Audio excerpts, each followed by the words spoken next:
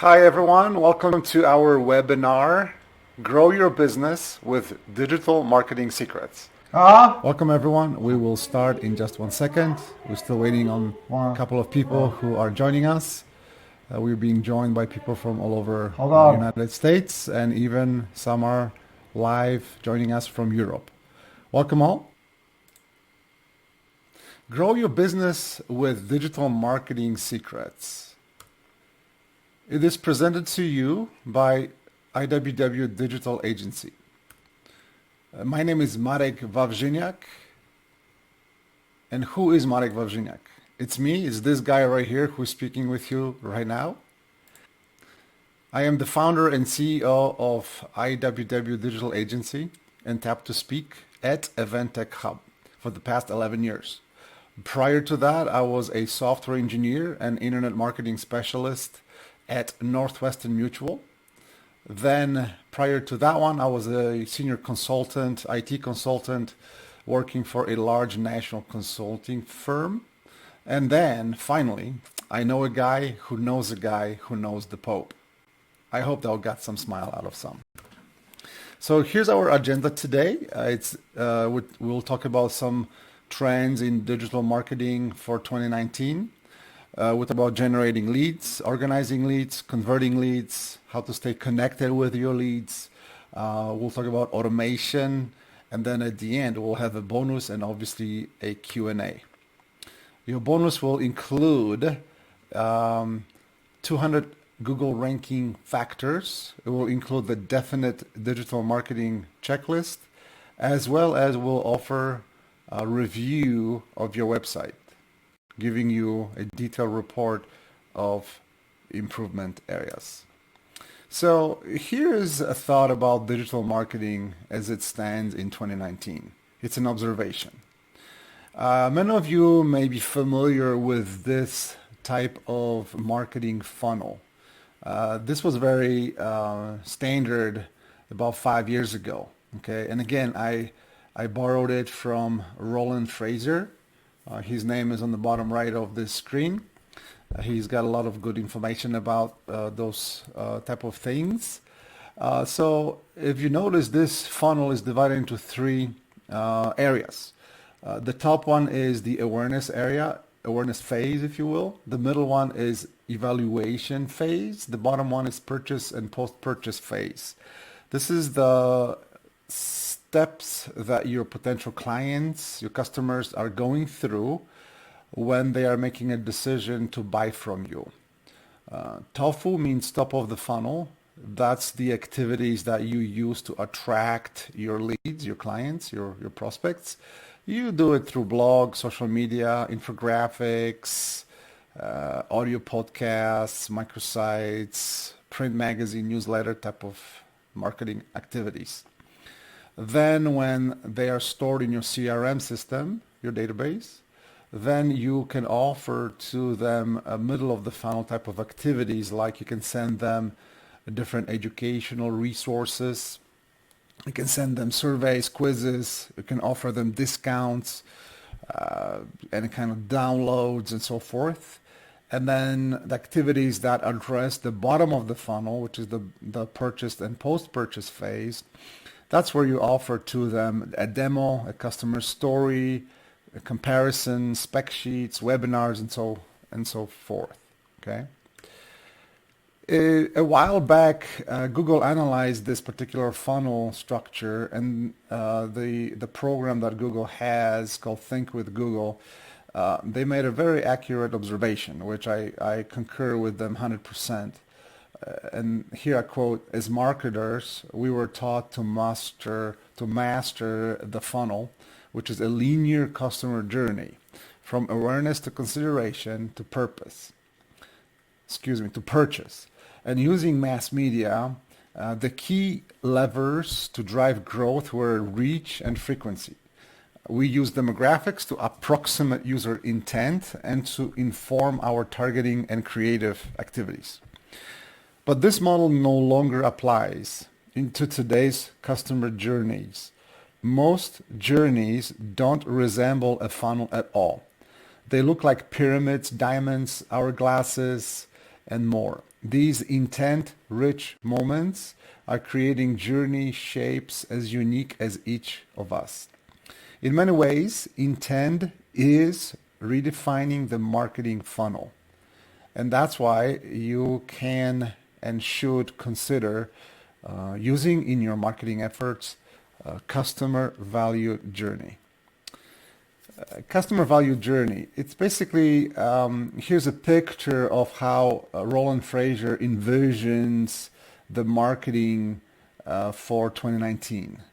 You have intersectionality of various customer experiences or touch point that they do online, on internet, social media, earned media, paid media, where you have the opportunity to offer them different types of conversion points. Okay, the conversion points are, for example, when someone is looking at search, okay, right here, you may offer for them a lead magnet. A lead magnet is dedicated to attract their attention, for them to give you their name, email address, phone number, so that they can download some sort of a valuable piece from you, or maybe a white paper, maybe a study, maybe some kind of research document, and so forth. So then, as they are traversing the social media, then they also see some sort of information from you.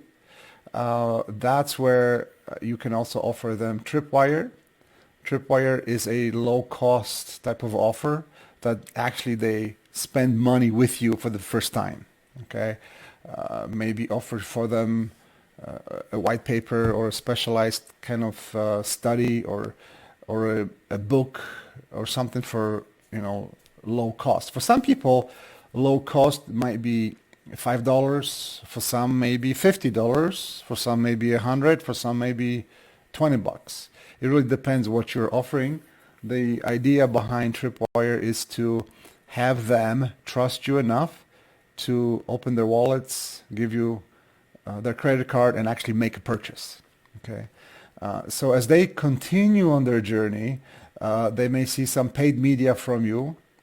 You pay for their clicks, but then for their clicks, you may want to actually pitch your core offer. Maybe this is your main service right here, and so that you can, actually give them something that they can spend or sign up for your services. Then when they, traverse through your earned media or owned media, all the way to like messaging, your chatbots or Facebook Messenger and so forth, you offer them a different type of offers, so like upsells, downsells, follows on.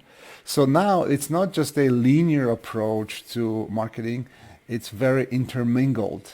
This is kind of like the DNA strand. One thing is based and relies and feeds off of another.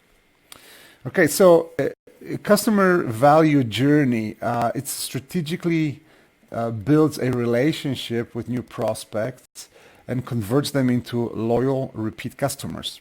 It is the process that every prospect goes through to become a new customer. It's how strangers become buyers and eventually raving fans of your business.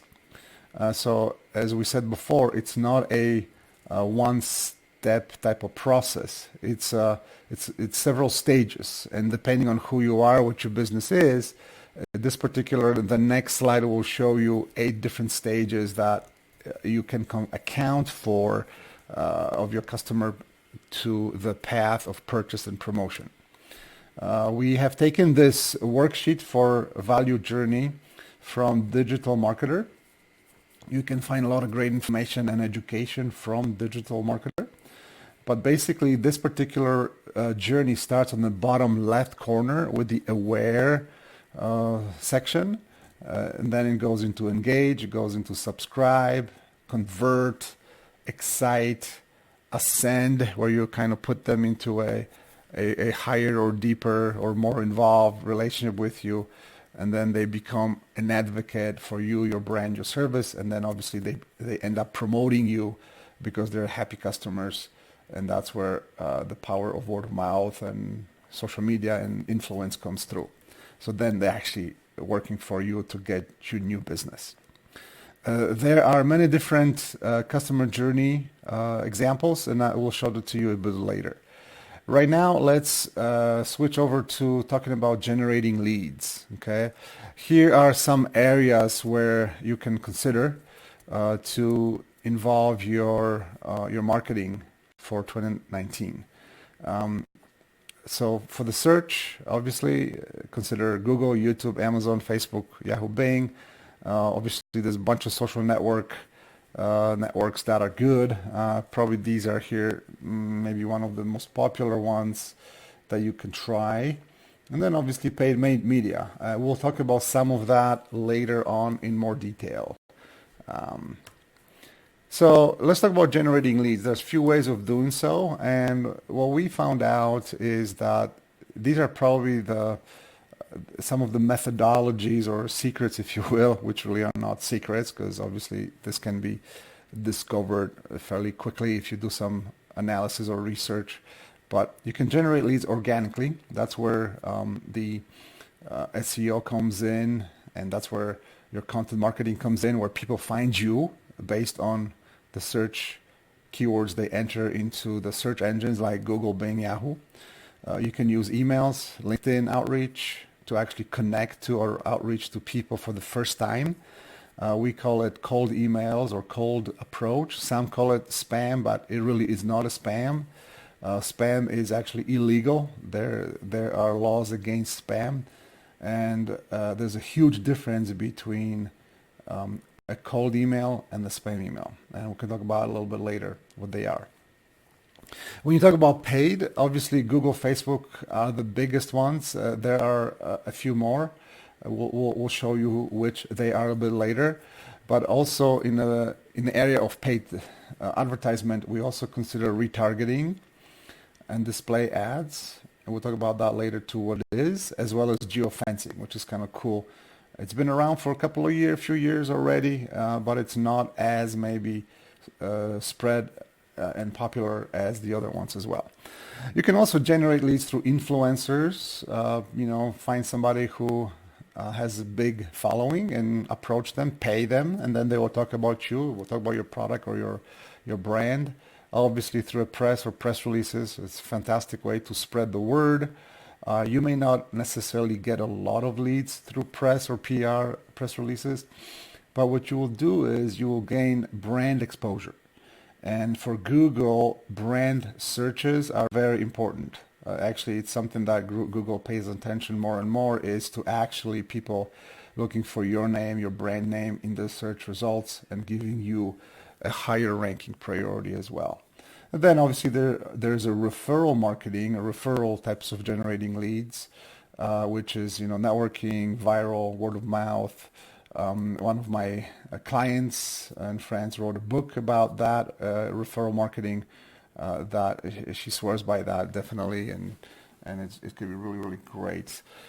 Customer journey is another good way for you to figure out what phases of their journey, what kind of offers or questions they may have, and what are some of the needs and touch points that you can establish with those people who will become your clients.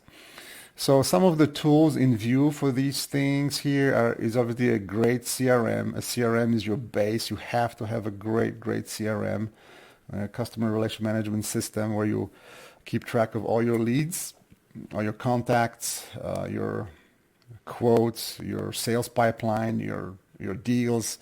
You gotta have a great CRM. Spreadsheets are okay, but not good enough at all. Obviously, you have to have a good emailing system. And then a great website. Without a great website, you really will not be able to rank on Google, on Bing, on Yahoo. But website is obviously your calling card, if you will. That's where people see when they are looking about you and for you. All right, so let's talk quickly about SEO. Content marketing is primarily the driving force behind a good SEO, organic SEO. It starts with a good keyword list, where you get the top words or phrases that people are looking for you, and looking for so they're entering into search results, and then they'll be able to find you based on what they're typing in Google. All right.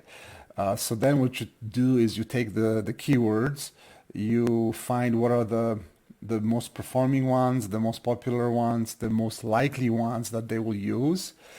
Then you create pages, website pages. You optimize those pages based on those keywords. And basically the 200 ranking factors document or link that I'll give you later on will show you how to place those keywords in which areas of your website.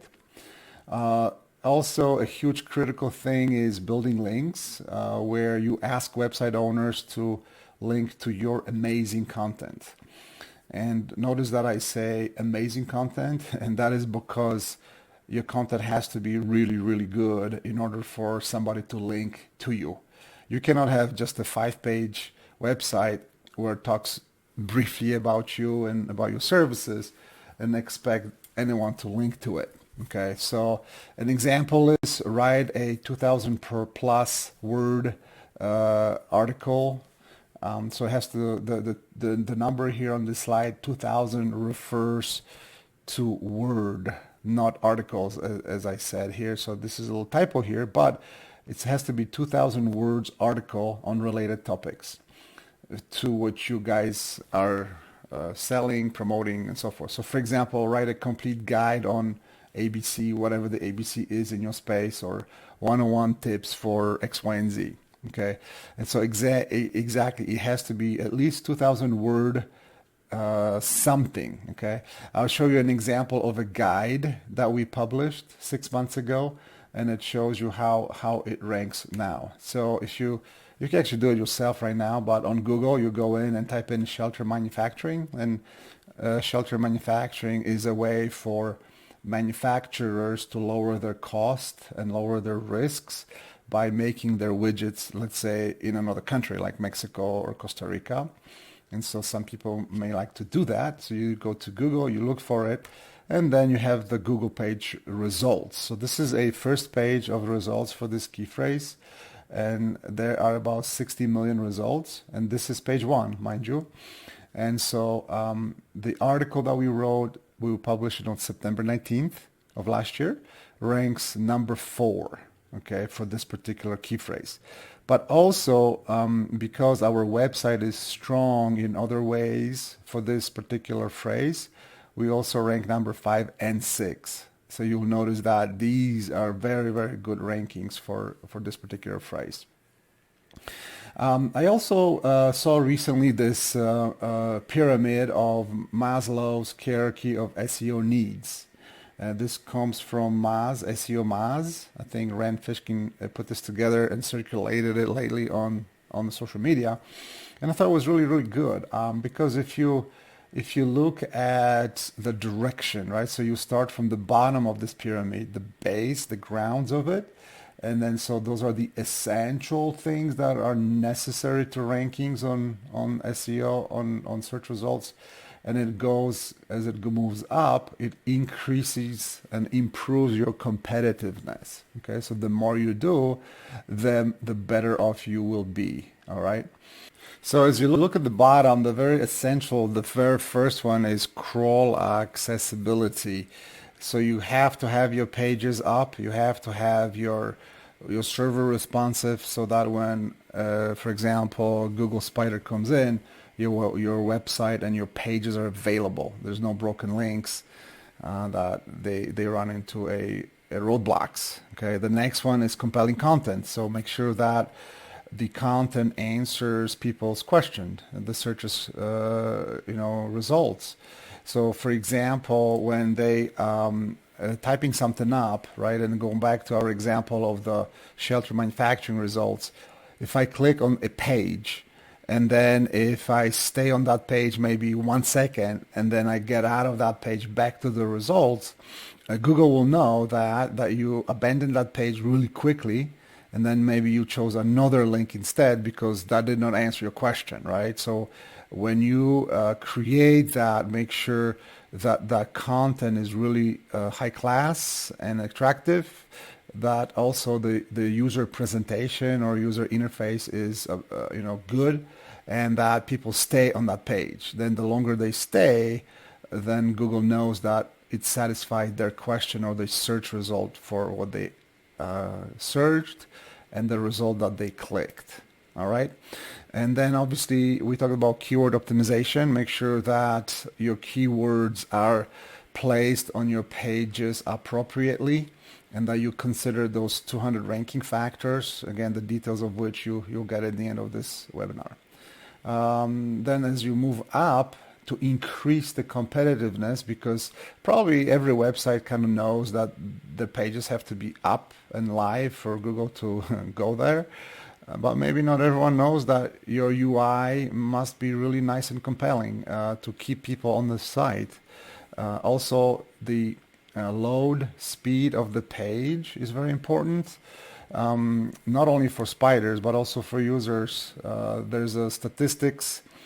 Some say that you lose actually 50% of people who try to come to your website if your page loads more than 2 seconds. If you load more than 2 seconds, you lose half the traffic, which is staggering. So invest in a good server. It's worth it for sure.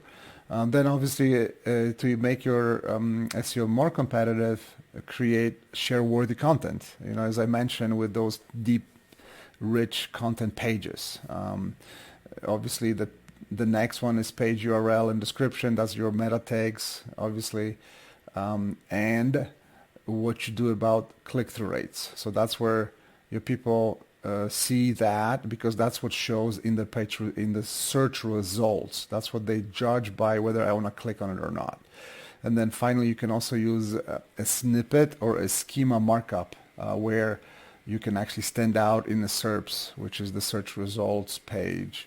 And this, not a lot of people know about this, but this is really powerful, because you can really gain visibility, high visibility on Google for this particular, not just Google, but other search engine.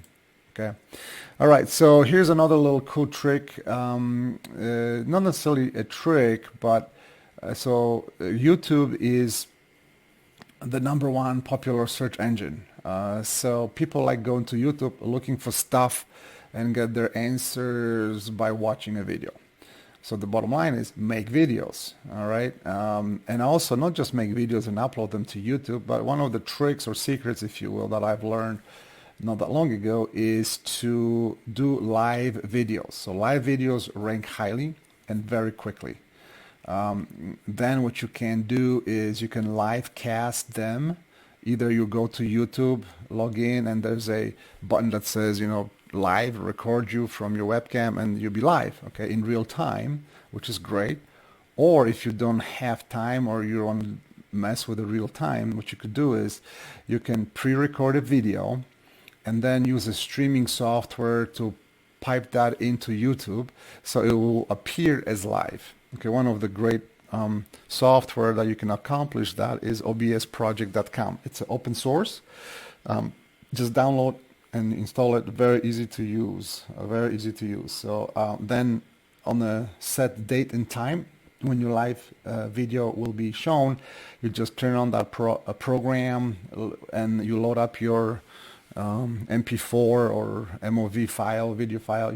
So this program will play the video and then it will live feed it to YouTube. But the key to get a good ranking or better ranking, in my opinion, is to set up this live video container, if you will, on YouTube ahead of time, that you can optimize it with keywords. And so I'll show you a little trick here. So this particular webinar is happening on April 11th. Okay, so on April 12th, I set up a live video on YouTube that will basically stream this very webinar using this software OBS project. All right, so you can see here a screenshot of my YouTube account, and this is a setting of a scheduled upcoming live video on YouTube. Okay, and then this live video will be streamed with that software, as I mentioned, on April the 12th. at 10 a.m. Okay, and you basically create a thumbnail image of the video, which that's what you see here, and then you give a description, which is the keyword. That has to be your rich keyword. Okay, so how did we do? 15 minutes after I created that empty live container, 15 minutes later, I was ranking number 3 for this phrase. Above you can see grow your business with digital marketing secrets. And we were working just below the digital marketing rock star Neil Patel, who had 122,000 views. And that was 11 months ago. And so what this means is that Google, YouTube, likes fresh live content. So that's a little secret hack you can use as well. All right, so here's a quick steps and also another kind of tip of how to do it. Let's say you want to look for videos or topics related to your area that currently rank high. You know, and say somebody did a video and it's like number 1, 2, or 3 on YouTube, but it's actually the topic that you can speak to. So just go ahead, produce a video on the same topic, use similar subject, use similar targeted keywords that they used, but don't just upload the video, but just schedule it first to be streamed live maybe a week from now, okay, or a few days from now. Then launch it live using that software I mentioned on the date and time where it arrives. And then after it's live streams, your video copy will be available for a replay on YouTube for the future. Okay, pretty cool trick. All right, so kind of wrapping up the SEO, organic SEO, content marketing. So as I said, content marketing is the king in terms of SEO. And here's some of the tools that will help you with that. Some of these are free, some of them are premium, you're gonna pay for. So obviously Google Ads, Keyword Planner, Google Trends, Google Analytics, SEMrush, Ahrefs, Mass Tools, and Ubersuggest. Those are just a few. There's a lot of good ones too, but these are some of the things that I used. The second thing, you have to be dedicated to writing. Either you write it or hire good writers to write deep content. As I said, 2,000 plus words. Okay, it's better to publish one article like this per month, 1 or 2 per month, or even every other month, and then just promote it by building links. If you do not know how to build links in the proper way, hire somebody to do so. But even the best link builders will not help you much if you do not have a great content. So you have to have a good content in order for them to link to you. An example of a great content was like this guide we wrote to shelter manufacturing that ranks really high out of 60 million results just after 6 months. And also use Buzzsumo to give you an idea of what is popular, what people like to read, what people like to share. Here's a screenshot of Buzzsumo. And here I show you an example. I typed in business growth strategies, and it kind of goes through and shows you articles published by these particular outfits, publishers, and it shows you how many engagements these received, right? So you have 1.8 thousand, 1.7 thousand, and then whether on Facebook, on Twitter, and so forth, right? So then what you can do is see what's popular, see if you can write a better article, maybe more in-depth article. And what's cool about this is you can see their backlinks, or you can view who shared this article. So when you see who shared this article, then what you could do is you can approach that person with a request to share it, or you can approach that webmaster to link to it. But don't just write the same thing and expect them to link. Make it better, make it bigger, make it more attractive, make it more comprehensive. One of my SEO gurus that I follow is Brian Dean, and he teaches a skyscraper technique. And so skyscraper technique is basically when you're in the city, downtown somewhere, and you have a building of 10-story building, right? It's a 10-story building with some kind of big banner that this is, bank of 10-story building or whatever, right? So then what you could do, if you're a bank as well, you build another bank next to him that is 30-story high. So now your 30-story building is a skyscraper based to the 10-story building, and therefore you have same kind of services, same kind of information you provide, but it's higher, bigger, more visible. And so then when you approach the webmasters on the on the people who link to you, they can see from Buzzsumo, then if they see a bigger, better, more in-depth article, then most likely they will link to you, either instead of the one that's there right now or in addition to, because you're having better and more expanded content. So anyway, that's a really neat approach that works. All right, so the next is a summary, quick summary. SEO gives you long-term love, really. The ROI in SEO is amazing, especially when you own the top rankings. You expect to get free traffic for a very long time, provided you don't mess it up anything SEO-wise, or Google doesn't make a huge algorithm change that will totally affect everything. But hey, if you keep the main principles according to what they say, chances are you'll be fine in the long term. All right, how many of you have heard that email is dead? I've heard it many, many times, and I still hear it on occasion. But it is far from the truth. Email is not dead.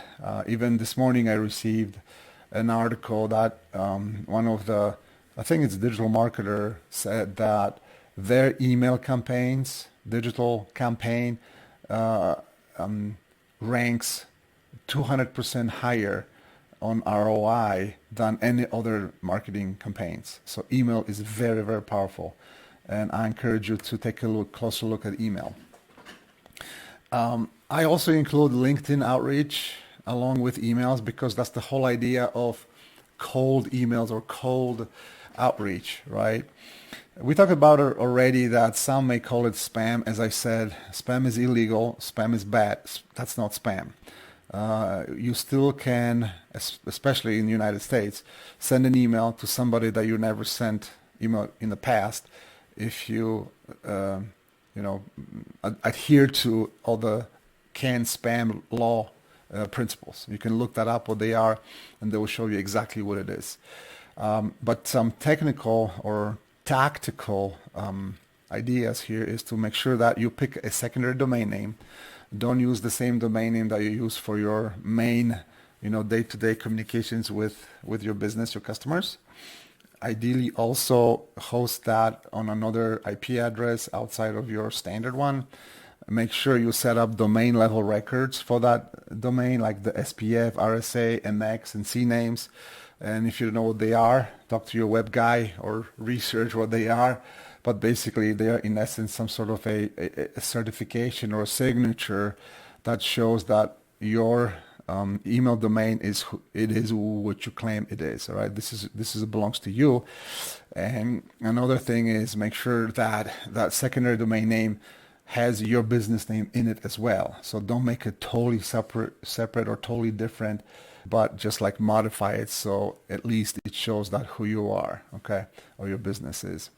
Then also use a third-party SMTP, which is the sending mail server, emailing service like Mailgun. We use Mailgun. Mailgun is great. It gives you, I think, 10,000 emails a month for free. When people respond to your cold emails, move them to your CRM system. Only then you move them into a CRM system. Don't use your CRM system to send out cold emails. The reason being is because you run your business on CRM, and CRM providers don't like that because that nicks their sending scores. So make sure you don't do that, because they've known to actually ban people or kick them out of their services because it's not good for the overall delivery scores. So some of the tools or methods to be used in cold emails or LinkedIn outreach is, purchase a list of your target clients. You can use A to Z database. Some local libraries give you access to A to Z database, and that database includes a lot of cool information, including some emails of some targeted companies and contacts. I also use GrowBots, which is a great system to discover new leads, as well as automate cold email outreach. Fantastic tool. And obviously Mailgun I use for SMTP emailing, but there's a few other ones as well. And obviously don't forget LinkedIn. LinkedIn is really cool as well. So here's an example of, this is a screenshot of my GrowBots system campaign. On the left side, I blurred out the actual campaign names, but those are real campaigns. And I prepared this presentation about a week ago. So this last activity is really fresh. So this is like a week old. This may be, week plus 5 days and so forth. So give you an example. Here's a campaign we launched to 3,000 names, okay, 3,400 names, and we received 12% open rate. For a cold email, that's really, really good, okay, out of which 4% clicked, and we got no response rate and so forth. Here's another one with 29% open rate. Don't know why the click did not, maybe we actually did not have any links in there. Probably that's why this score is not here, but 6.4% replied, which is fantastic. That's a really good deal. Here's another one with 10,000 emails sent, 14%, and down we go. All right. So here's an example of the sequence of the emails that we have used. Okay, so this particular email, we had 5 steps. Okay, this is the first step. So this is the very first cold email that we send out, and then we followed this one with 4 other ones. So I think the total we have 5 steps, right? But what we did further, we broke down the first step into A/B testing. Okay, so what we did is we didn't do just A/B, but we also included a C. So when I was creating this, I thought, well, forget the C step, but I really wanted to test it, right? And so I threw a third version of this first cold email, and I'm sure glad I did, because see what happened, right? So the very first version had a subject line as this. So it's whatever the target company name is. So it's a variable here. This will be automatically replaced. And IWW Digital Agency, that's my company. Okay, so when they got it, they maybe maybe curiosity, what is this about? They open it and they read it. Okay, the second version, the subject line says generate more customer demand for BAM, your company will be added here. The third one, check this out what we did here. The third one, we said just the first impression of your company. Okay, and so with this one, look at this, the results. That's the one that got the most opened, 20% open rate. And mind you, this is a cold list. I never emailed to these people before. To get 20% open rate is amazing. It's freaking amazing. The least open rate we got was about generating more customer demand. So this is kind of you telling them a feature, and this did not perform even this one performed much better. Okay, so leave some sort of unknown or some kind of curiosity what this is about. Don't tell them exactly what this is about. That may sound bad, but here's the data that shows. All right, and then the second step. So this is the second version of not a version. It's a second email. So second follow-up email, which usually went out a week later or a few days later. Okay, it's just super simple, very quick. And this is not formatted. This is not how it formatted. This is just a quick preview in the system, kind of to show you the scrunched up version of it. But it's formatted actually very nice. It's just a text email, no pictures, no images in there, no graphics in there, just pure text. It kind of like, hey, did you have any feedback? We send you some stuff, and let us know. All right. And so look at this. So another 18% opened that up, which is great. Okay. And then a week later, we send step 3, which is also kind of a very short one. So we got even more opens and follows ups. And this is cumulative. So if they open and reply the very first time, then they would not get this third and fourth and fifth email, right? So as soon as they reply to us, we get them out of this automatic nurturing and we stop it. The system does it by itself. Okay, and it's step 5. All right. Very often what happens is we notice that we don't hear from them after the first email. We don't hear from them after the second email. We hear until like email 4 or even email 5. And the reason why is because very often, they ignore you maybe. They say, oh, it's just a bulk email. But then when they get those replies and they are all connected as a one thread, what happens is they think, oh, that's a real email and that's a real guy who maybe really want to talk to me. And so some of the emails I received say something like, oh, I am sorry, I didn't know this was a real email. Yeah, let's talk, or no, thank you, or contact such and such guy because, I'm not the right person to talk to. And that's really, really cool because it also, I believe, kind of gets through the inbox chatter when they receive 4 or 5 emails from you on the same thread. They notice. That's really, really cool. All right. All right. So continuing on, the LinkedIn portion of it, it's simple. It's super simple. Find the target contacts, send them a super short invitation, which I'll show you in just a second, and then just follow up with them using the inbox messages of LinkedIn. I know that could be very manual and tedious, but it is worth it. Also, there are some tools you can use. One of such tools is LinkedIn Helper. It will help you to grow your list. And here's some features that LinkedIn Helper allows you to do. It will allow you to automatically follow contacts, give you auto mailing system using the built-in LinkedIn system, which is really, really cool.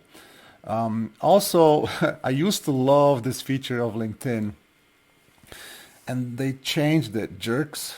Yes, I hated that. LinkedIn really disappointed a lot of people with this change. Last November, I think, or October, they basically added some privacy level that people have to give explicit permission to include their email in the export, right? Before, if you exported all your connections on LinkedIn, you were able to export the connections. That list included also your connections email address, because then it was so easy to just upload it into your CRM and then bam, you had it. It's actually, I think it's a dirty trick that they did, because I used the last 12, 13 years, however long LinkedIn exists. I made sure I built my list, and I wanted to export the email addresses. Now I can't. I can get those email addresses manually because they're visible on the information, but it doesn't export it. All right, I hope you're mad at that as much as I am. Here's an example of a LinkedIn message, super short, sweet. This is, hey Peter, I came across your profile here and thought we could benefit from being connected. Hope all is well. That's it. And then when he accepts you, you follow up with whatever you want to talk about. It could be value added link, could be just say, hey, can we grab a coffee if you're in the same city, or maybe a phone call. All right, let's switch off to paid search. Paid search, it's quick leads, but very costly. Okay, you gotta pay for links. The big boys are Google and Facebook, but also don't forget about Bing, LinkedIn, Yahoo, Yelp, YouTube, Twitter, and Amazon. These are also some great ad platform that you can use, especially if you have certain verticals or certain products or services. Like if it's a local based, geographical based, then Yelp would be fantastic for that for sure. And even Google Maps also allow you for like a local based ads. Another way is retargeting, and we'll talk about retargeting in just a moment. Retargeting is in connection with display ads. Another great way is geofencing. That's really, really cool. It could be freaky, but really cool, definitely. And then obviously affiliates or partnerships, where you can build alliances and partnerships with, like-minded people in your space, or either for sure not competitors of you, but something that comes along with and makes sense to pull together.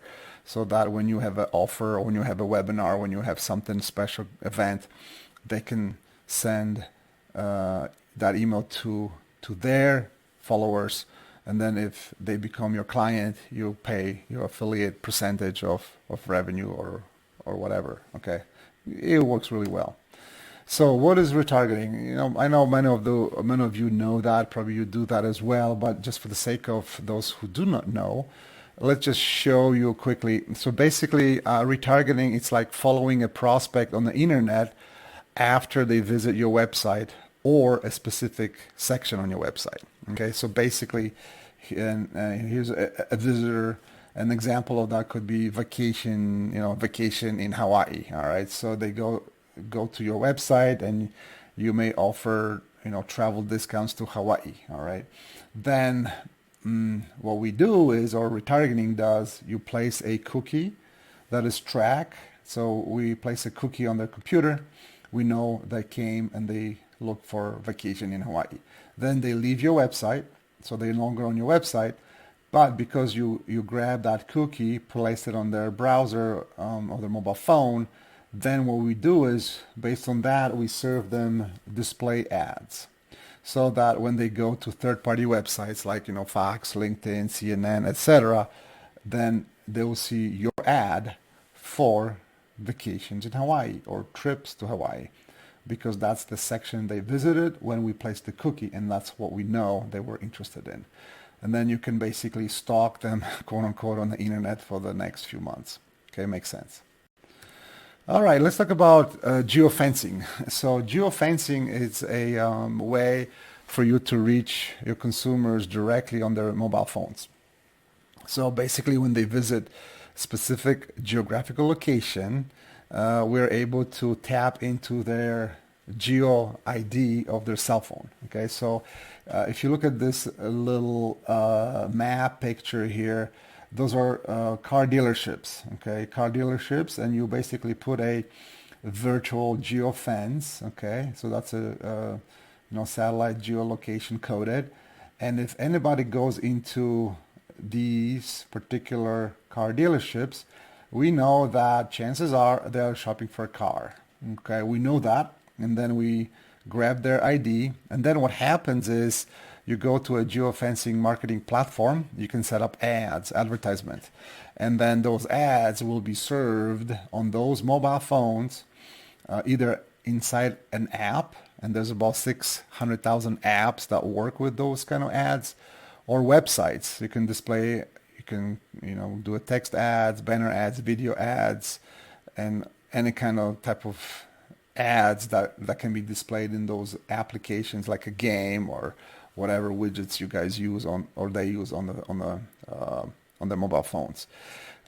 Very powerful, and then you can serve those ads on their mobile devices from the moment they enter a geofence up to 30 days later. Okay, so, and then the cool thing is let's say if you're a car dealer, maybe on the other side of the highway, we can also set up a geofence on your building that says, if these people who visited here came also to mine based on my ads, then it's a conversion. Okay, so you know that they went there because of an ad or something like that. And again, your car dealership may be way across the city, and then when they saw an ad for a special deal, they went there, and then that's how they, quote unquote, converted into a lead, because they reached your destination. Really cool stuff. Okay, so here's a quick process of geofencing. I'm not going to belabor it, but it's basically super straightforward, where a person with a mobile devices enters that geofence location. Then the GPS location captures their mobile device ID of that user. And then whenever they open a browser or an app on their phone, then we can display the ads for that particular, your service, okay, based on what they visited here above. And then you can use, different kind of ways to reach them with that as well, okay? All right, so another cool trick or secret, if you will, is you can squeeze more out of the existing visits to your website. So only 80% of your visits of people visiting your website will not contact you at all while they visit your website. Okay, so you should plan to kind of capture them to reach them later on. Okay, because you spend money and resources and energy to bring in those 80% of people, but if they leave without contacting you, it's a lost money. There's two ways of recovering that. One is that retargeting, what we talked about. You pixel them, and then later you show them display ads. Obviously, that's a paid ads that you only pay if they click on it. You can pixel them. That process is free of charge. You don't have to pay for that. You can build your audience that way, and then when you have, let's say, significant number of people, maybe 1,000 people or so, then you can start showing ads. The second way is, we call it the lead intelligent tools. Okay, one that we like and use, it's called Lead Feeder, and I'll show it to you on the next screen. So here's the example of the lead intelligence tool. This one is called Lead Feeder. You connect it to your website, right? And here's an example of a website being connected. So I think I'm using my website here, IWWAG. And on the left side, it shows that within, this time frame, which is just a little less than a month, we had, for example, 18 identified companies that came to my website. Okay, so for example, Cab Gemini came, and I can click on them and I can see their information here. So you have about the company, where they're from, their website, their presence on the internet, and also very often Lead Feeder also can show the contacts that are located along with this company. Okay. You also, what you could do is you can connect your LinkedIn premium account, and then also LinkedIn will pull out the contact that's associated with this company. So it's really, really cool for prospecting. And basically the way how you use it for your sales is, that this company or somebody from this company came to your website. Okay. What you can also do, Link Feeder shows you the pages that they visit. It shows you where they came from. So this guy particularly came from Google, Capgemini, and then they look at these particular pages. Okay, so here what you could do is you can determine, what they looked at, where they stay on, what do they read, and then based on what they saw, you may deduct what type of person might be visiting from this company. So there could be, if your services, if you pitch to, let's say, marketing directors or business development type of people, then you can see who that person is, and you can just approach them. Just say, hey, we noticed that somebody from your department came to our website. They were looking at such and such services. How can we answer your questions, right? And obviously you can formulate those kind of approaches in many, many different ways, okay? Really powerful deal, very powerful deal. You can obviously do different things with that. You can assign it, if you have a group of people working for you, assign it to your sales guys. You can send them a quick email. Oh, and then cool thing about this is those contacts actually include their email addresses as well. So it's really, really cool. Then if you click on a new or different company here, then you can see that information obviously further. All right. You can also integrate your CRM system. Let's say if you use HubSpot, you can connect HubSpot, and then you can import this company to your CRM, and then later obviously you can do a lot of cool stuff with that as well. All right, so another thing what we'd like to talk about is automation. Okay, all those techniques, and obviously there's a lot more we can talk about, require a lot of work, a lot of manual work. So there are a lot of good software companies out there that provide marketing automation. And so here's an example of the marketing automation, right? So this particular person, they sell whatever services they sell, but they decided to create a PPC ad. Okay, so Google Ads, for example, or Facebook ads. So they have an ad. If you click on it, then they give you a quiz, okay? And the quiz obviously has a set of questions. And depending how you answer the questions, you are then tagged or segmented into different buckets, if you will, or different automatic follow-ups or automatic responders. Then you are offered an automated webinar. Let's say, they can sign up for a webinar. They click on it and it automatically gets sent to them and they can watch it and so forth. And then you can also have dynamically replays of their webinar, and then you can put them in a customized follow-up sequence based on whether they attended or not and how long they stayed. Really cool stuff. Okay, so that's the concept, and this is the execution of it. So this is a screenshot of the CRM system and internet marketing system called Infusionsoft. Infusionsoft changed their brand name to Keep, but they still offer a great service, and they actually offer a version of the CRM system that's a little bit more simplified as well. But this is phenomenal. I am a certified partner of Infusionsoft Keep already for several years, and so what you're looking at here, it's a blueprint, if you will, of a marketing campaign. This is not just a pretty picture, or this is not just a concept, but every single icon here represents actual activity or code behind it. So this is actually functional. You design this, you create logic, you add emails, you add different actions, and you hit publish, and this actually becomes a running machine for you. Okay, so like here we have different triggers. So as soon as something happens, let's say they registered for a webinar or they responded to a quiz, then certain things happen that is included in one of those blocks. So the circles are kind of goal or triggers, if you will, and then the squares are actions that the system is performing. And there is also a question, decision diamonds, if you will, whether they attended or not attended. If they did, then you put them through one. If they didn't, they go through another path. So let me just show you an example of one of those actions. And again, this is very, very sophisticated one, which is fantastic. But so what happens inside of an action, right? So here's an example of what happens in one of the actions. In this particular case, you have 30 plus emails that are being sent out, scattered out by waiting a week between. Okay, so first of all, they did something and they got this first email right away. Okay, then the system waits for them a week, and then they send them email number 2.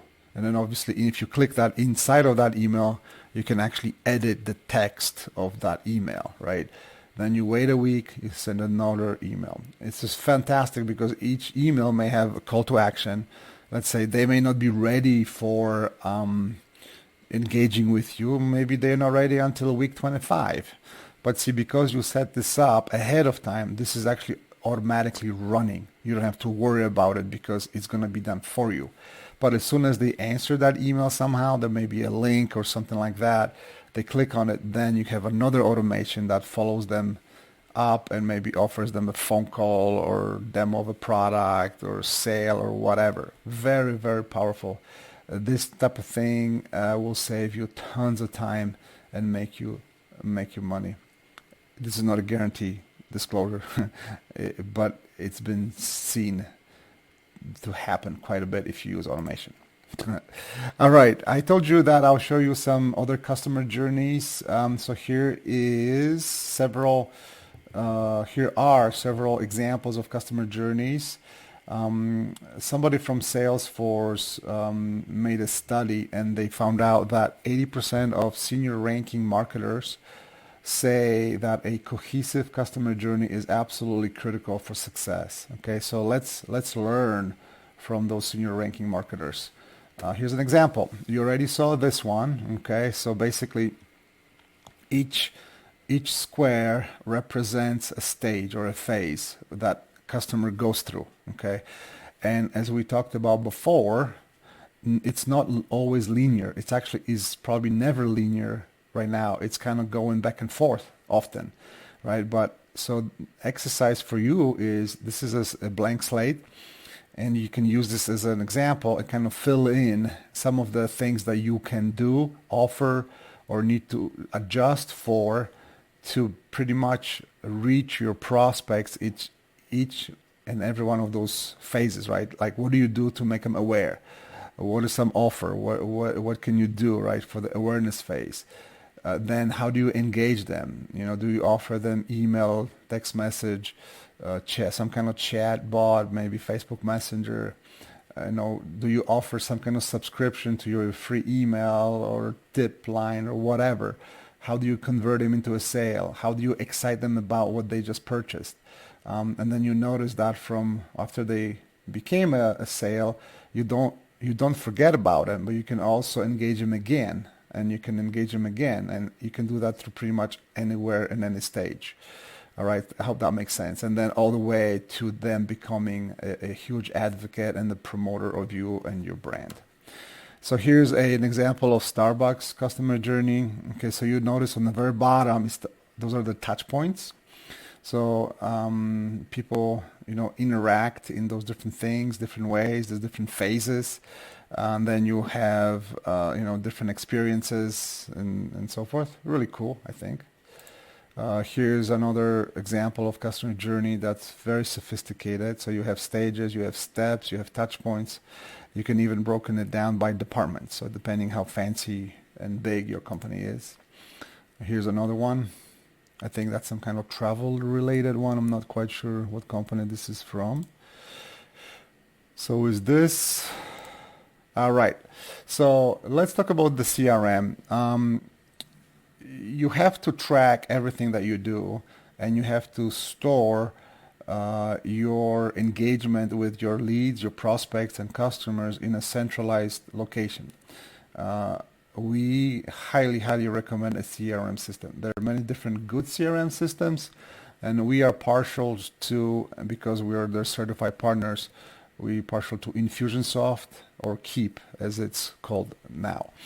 So the next slides, it will show some features of the CRM, and that CRM is phenomenal. If you're interested, let us know. We'll be able to organize a demo for you for the CRM, and I can go on a limb and say that if you don't have a CRM and you start using something like this, it will revolutionize your business. Okay, so basically CRM will give you a snapshot of your entire business. It will help you create an interactive way for you to track and manage your leads and your clients throughout the whole sales process. Single view, accessible on your computer or your tablet. Really cool stuff. So here, for example, you can track leads or clients, and you can track of all their activities. You can customize different dashboard. You can organize your leads and track them throughout the whole sales process. You can also import the leads and clients in a very easy way. You can add them, obviously, or you can scan a business card. So you notice that a guy, Howard James, gave a business card to a person who uses the CRM, and they just took a picture of their business card, and then the CRM is able to automatically transcribe that and add his name and all the information inside of it, and then creates a copy of a real record. You can also attach automation to it. So you can, as soon as you do that, you can say kick off a welcome email or introduction email, and then the system will automatically send them something as a follow-up. Really cool stuff. You can also create a pipeline. You can create your own pipeline stages for your sales, right? So you create a quote, you create a phone calls, you create all kinds of interesting stages of where your leads go through before they become a client. It can be unique to you. It's fully customizable. Okay, so here's an example, right? If you use spreadsheets to hold information, forget about that. You'd really need a CRM because it will just, as I mentioned, so much, it will revolutionize your business by a lot. So here's an example of a sales pipeline. Very simple, maybe very typical. So you have a new potential a prospect, okay? So say prospects, or you contacting them. Then you set up an appointment. Then they ask for a quote. Then the quote is work in progress. Then you send an invoice, and then they pay an invoice. All of that you can accomplish through the CRM. Really cool stuff. Obviously, it syncs that information on your dashboard so you can kind of see where that lead is in the process. Okay, so here's again a quick pipeline. You have a new lead stage, you have appointment scheduled, proposal sent, work being done, invoice sent, invoice paid. And again, this is customizable. You can do it as it fits your business and your flow. And so here's the CRM features. So you can manage client management. You can process invoice and payments. You can set up appointments. And the cool thing about that is this particular CRM allows you to send a link, and then people will pick a date and time that's available from your calendar. It's automatically synchronized, and they just put it on and schedule, and it's automatically done. There is no back and forth figure out when is the best time for appointment. Really, really cool. Plus, there's a lot of different apps or plugins you can integrate into it and automate. You can set, manage your quotes and manage your pipeline. Neat stuff. All right, so here's an example of a record of a potential lead or a client. Again, it's organized, more efficient with your time. So another thing is no more leads falling through the cracks. Chances are right now you have a list of leads. And if you don't manage them systematically, and if you don't manage them with some sort of, a system that reminds you of stuff, chances are there's a lot of business you're missing right now from your very existing list. That's the first place I would ask and look for potential, ROI or revenue is from your existing list. It's there. You just have to look. And then the CRM will allow you and help you find it out, what it is. You can do it, organize it. You can provide great experience. You store information, client information. And again, it's all accessible to you right on your mobile device. Here's the feature I'll show you about appointments and schedule feature. So you send a link to a potential client. All they have to do is just say, pick a day, pick a time, add to calendar, and it's done. It's scheduled, automatically synced up with your calendar. All right. Also, we are planning for our next webinar, and we'll be offering a really cool and exciting webinar about digital marketing tools. So there are so many tools that were made available for us, digital marketers, that sometimes you can get lost and don't know which really work, which don't work. And so what we decided to do is we decided to create a webinar just listing all those tools, or many of them, probably not all, and then we'll just say what they are, what the functionality, and how you can actually apply them and to your business. If you're interested, go to this URL right here and then sign up for that webinar, and we'll let you know the details of when it will be available. Okay. Also, it's a bonus time. If you lasted this long, congratulations. Here you will get access to Google ranking factors, the complete list, as well as the definitive digital marketing checklist. So the 200 ranking factors for 2019, and the cool thing about this is they're being maintained and kept to date by Brian Dean, and he runs backlinko.com. So just go here, as well as he has a really cool page where he keeps the most current information, SEO this year, no matter when it will be.